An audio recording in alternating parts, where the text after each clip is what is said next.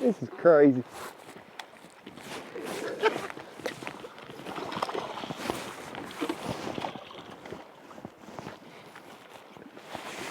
I don't think he's gonna help me.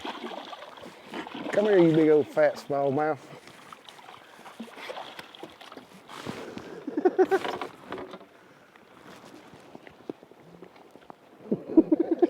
This is ridiculous.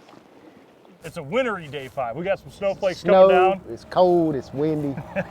But stop number 4 of the FLW Tour here on Lake Cumberland. You won it. You won another tournament. It's your 6th tour win, Bryan. It was a heck of a week, man. You smashed big smallmouths. We're gonna put in, we're gonna try to catch one. We're gonna talk a little bit, even though the weather's terrible. Yeah, we're gonna have to catch one quick. It's gotta be quick. You gotta get rolling. We're gonna make it happen. Stay tuned.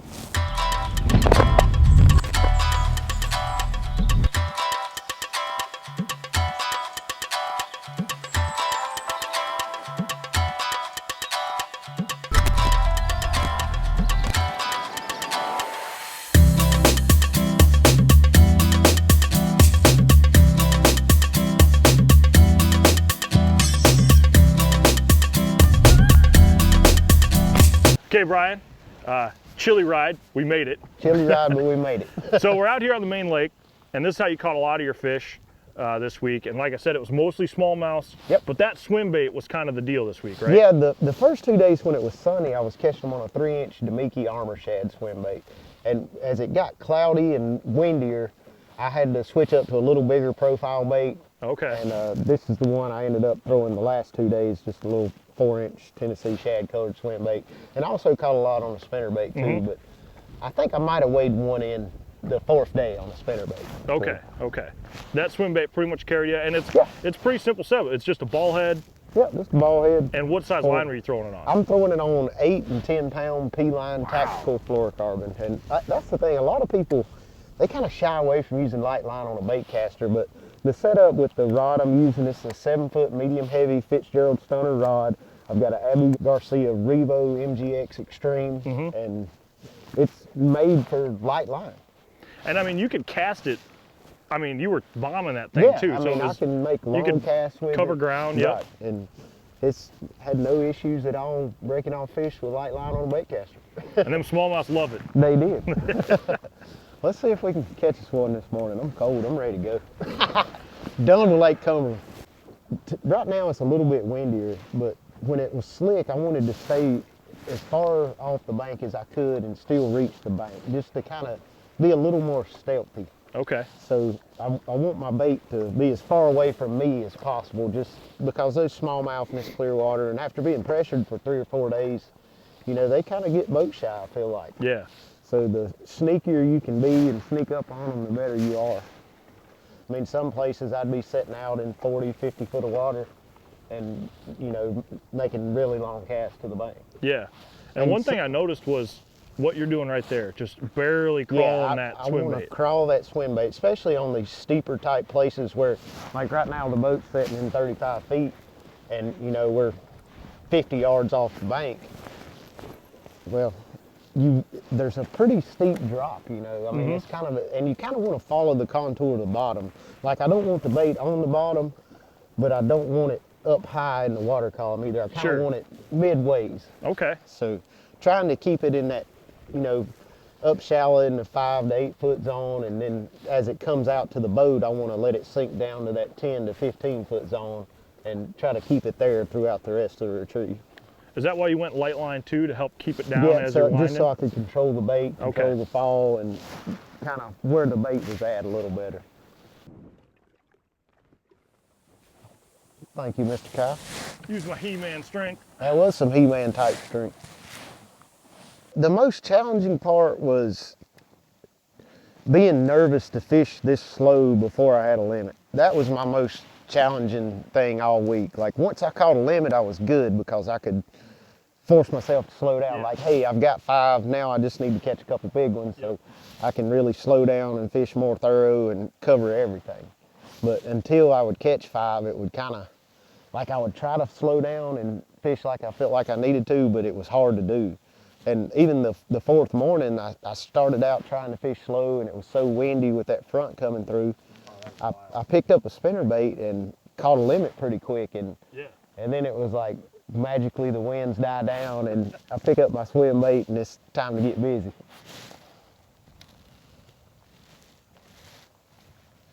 And that is what I did. That is what you did.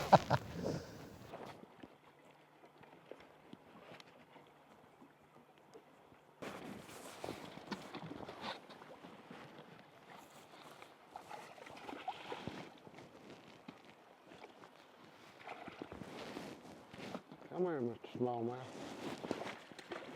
That's the one we're looking for right there. That's a little better right there.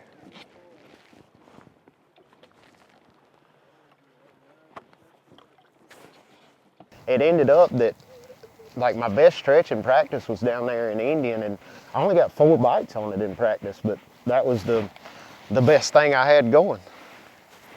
So I had to force myself just to go down there and put the trolling motor down and fish the first day of the event, and it ended up being a lot better than I expected. There's a lot of water, especially in just Indian itself, but you kind of had, you said it was like a magic couple 100-yard stretch at least that you focused on. It was probably about a half a mile stretch I was focusing on, and I would put my trolling motor down at the start of it, and I wouldn't pick my trolling motor back up till 11 or 12 o'clock each day. I mean, I'd go in every pocket and out the other side, fish down the main bank, and just fishing. And I normally don't like lakes like this where you gotta just go fishing. Like, I like to know where they're at. Right. And so I think for me, this was kind of a little mental win as well, just because, hey, I actually just went fishing and caught them instead of run here, make a couple casts, run over somewhere else. So it's the small things. Well, and as the week went on, like this main river stuff, like right here, like what we're doing now, you were catching fish doing that, especially I'd say the last 2 days, I feel like. Yeah, the last 2 days was kind of when I keyed on that. Like the Saturday, I caught a decent limit, probably 16 pounds out of my starting area in Indian, and they kind of shut off around 12, or I don't know if they really shut off, or I fished through the whole stretch. And I'm like, all right, I've got a decent limit, I've got enough to make it to Sunday. We need to go try to find something else. And that's when I started working my way back up toward Burnside and just started hopping around, hitting. Just fishing. Just fishing, yeah. I'd pull in somewhere, fish a couple 100 yards, crank up and go somewhere else. And I pulled in on a little place Saturday afternoon, probably about 1 o'clock, and it was pretty stupid. It sounded like you were getting after him. Baby. So I pulled in there and I caught like one nearly 5 and a couple 4s. Some real good ones. Yeah. What have we here, Mr. Brown? Little fat smallmouth. It is a little fat one. Dang. How fat that thing is. But that's what it's all about right there. Wind the old swim bait around. Catch some fat smallmouth. I'm sure you don't sit around and think about it, but this week you set the consecutive limit record for the FLW Tour. I guess you tied it Thursday, you broke it Friday, and so yesterday you kept setting the record, but you're at 53 consecutive tournament days on the tour of catching a limit. That's pretty freaking impressive, man. That's all right. Yeah, I wasn't even aware that we kept that as a record until Chris mentioned it at Lanier. And he's like, no pressure. It was the 3rd day at Lanier. He's like, no pressure, but if you catch a limit the 1st day at Cumberland, you tie Cody for the record.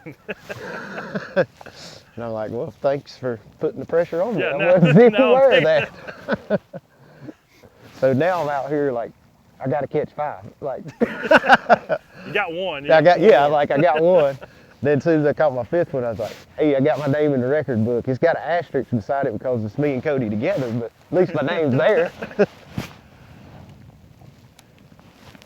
We'll make you a nice plaque. Ooh, I'd like to have one. That'd be awesome. Yeah. We'll get something whipped up. Like the stretch I was fishing, there was like the first 400 or 500 yards of it was all smallmouth. And then once I got past a certain point, it was all giant striper. Striperville? Yeah. Oh, yeah. We should have. I didn't figure it out till Saturday. Let's go over here. Like Saturday, the farther I went back, I caught like a 10-pound striper, and then I caught one probably 15 or 20. Dang. Did you weigh in on smallmouth last year? No, I weighed in some spots and some largemouth last year, because smallmouth had to be 18. And it was hard to, I mean, it wasn't hard to catch 18-incher, it was hard to catch 5 of them. Oh, okay. 5 of the big smallmouth. Like, you'd catch a lot of 17-inchers, you know, 2.5, 3-pounders, but I mean, it pretty much had to be 3 1/4 or better to be able to weigh it in last year. And which this year I caught, I think I could have weighed in 5 18-inch smallmouth about every day. So I don't know what the difference between last year and this year was. I think this year the fish were a little bit more pre-spawn than they were last year. That makes sense. Maybe. That's the only thing that really stands out in my mind is they were a little bit farther along. You probably are going to say, I don't know, but how Probably come you don't know. kept catching them better as the tournament went on? Like, were you getting more dialed in on where they were sitting, or you just stumbled into them? Truth be known, I just caught bigger fish. I mean, that's... Same area, just Yeah, better bites. same area, just I got better bites each day. I can't explain that. I mean, it's... Never know what's going to bite you, I guess. I just got hit in the face with a snowflake. It's not good. I keep looking at the green trees up there budding and reminiscing of a warm mid-April day. They're probably regretting the decision to butt out. Yeah. They're like, oh man, this was a terrible idea. You ever had the urge to want to go ice fishing? No, I mean, I know you like fishing a lot though. I don't think I would enjoy ice fishing. What if it was in like a nice sleeper shack where it's warm, it's like 70 degrees, you got TV, some of them have fireplaces. So it'd be like fishing in the living room. Yeah. But I you might can could catch, you get can into catch that. big fish. I might could get into that. Yeah. Once I caught the 5-pounder and I knew I had a little over 18, I was like, well, now we got a pretty good chance. I mean, I was like, Morgan's going to have to catch at least 18 3/4 to 19 to beat me. And there's only been 2 19-pound bags caught all week, so I knew I had a fairly good chance. I mean, the odds were, but it wasn't a lot by any means. Oh, what was that? What? I don't know what that was. I'm jumping the gun. I felt a tick. No, I was way before that. And to the left. There's one. Oh, here we go. That don't count. That's a large That's mouth. not even a smallmouth. That don't count. Oh, you tried to hit me in the face with it. Trying to take Bryan Thrift out. I'm down here retying. It was the only way I was ever going to catch a fish is if I could get Bryan Thrift out the trolling motor for a second. That don't count though.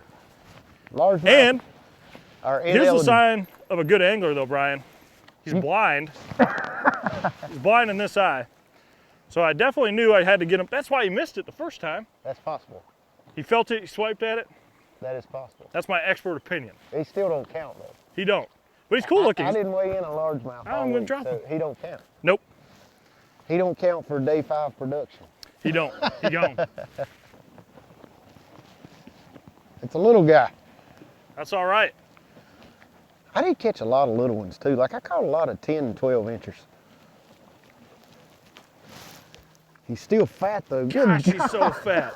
He doesn't even look right. Look at him. Oh, my finger's stuck in his mouth. Look how fat he is. Look at that little thing. It's cool. He's got the spots on him too. Look at that. Well, I say, Brian, He's fat. amidst the snowflakes falling, No, you made me come out here. We're gonna fish to this next point. we will fish to the next point. But I'm gonna wrap this up for the folks watching because even though our hands are kind of cold, My hands are I cold. think we've seen all we need to see. You had a fantastic week of fishing, man. You had another trophy to the mantle. Yep. You got another check to deposit. That's what I Good. like. Yeah, I yeah. like the check. And shoot, we still got a couple of events left this year. Who knows? Maybe you win another one. I'd You're like leading to. angler of the year right now. You got Yeah, that that going? was a surprise to me. Like To be leading? Yeah, Well, you've been doing so well. Well, I had a bomb at Okeechobee, and I was thinking that was gonna kind of put me back. I mean, not really a bomb, but It's been a grind, Bryan. it has been a grind. It has been a grind. But for that, man, I'm gonna say thank you very much for I coming enjoyed out. it. Thank you, guys.